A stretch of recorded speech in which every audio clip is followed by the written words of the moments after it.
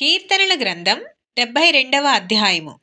దేవా, రాజునకు నీ న్యాయ విధులను, రాజకుమారునికి నీ నీతిని తెలియజేయుము. నీతిని బట్టి నీ ప్రజలకును, న్యాయ విధులను బట్టి శ్రమ నొందిన నీ వారికిని అతడు న్యాయము తీర్చును. నీతిని బట్టి పర్వతములను, చిన్న కొండలను ప్రజలకు నెమ్మది పుట్టించును. ప్రజలలో శ్రమనొందు వారికి అతడు న్యాయము తీర్చును. బీదల పిల్లలను రక్షించి బాధపెట్టు వారిని నలుగగొట్టును. సూర్యుడు నిలుచునంత కాలము, చంద్రుడు నిలుచునంత కాలము, తరములన్నిటను జనులు నీయందు భయభక్తులు కలిగి ఉందురు.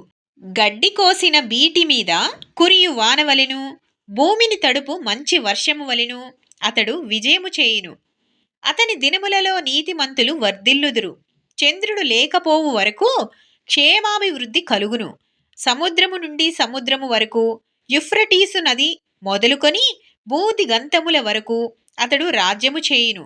అరణ్యవాసులు అతనికి లోబడుదురు. అతని శత్రువులు మన్ను నాకెదరు. తర్కీషు రాజులు, ద్వీపముల రాజులు కప్పము చెల్లించెదరు. షేబా రాజులను, సెబా రాజులను కానుకలు తీసుకుని వచ్చెదరు. రాజులందరూ అతనికి నమస్కారము చేసెదరు. అన్యజనులందరూ అతని సేవించెదరు. దరిద్రులు మొరపెట్టగా అతడు వారిని విడిపించును. దీనులను, నిరాధారులను అతడు విడిపించును. నిరుపేదల యందను, బీదల యందను అతడు కనికరించును. బీదల ప్రాణములను అతడు రక్షించును. కపట బలాత్కారముల నుండి అతడు వారి ప్రాణమును విమోచించును. వారి ప్రాణము అతని దృష్టికి ప్రియముగా ఉండును. అతడు చిరంజీవి అగును. షేబా బంగారము అతనికి ఇయ్యబడును. అతని క్షేమమునకై జనులు నిత్యము ప్రార్థన చేయుదురు. దినమంతయు అతని పొగడుదురు. దేశములోను పర్వత శిఖరముల మీదను సస్య సమృద్ధి కలుగును. దాని పంట లెబానోను వృక్షముల వలె తాండవమాడుచుండును. నేలమీది పచ్చిక వలె పట్టణస్థులు తేజరిల్లుదురు. అతని పేరు నిత్యము నిలుచును. అతని నామము సూర్యుడున్నంత కాలము చిగుర్చుచుండును. అతనిని బట్టి మనుషులు దీవింపబడుదురు.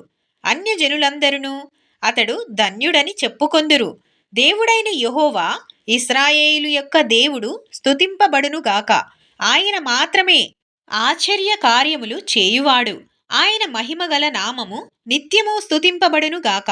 సర్వభూమియు ఆయన మహిమతో నిండి ఉండునుగాక. Amen, amen.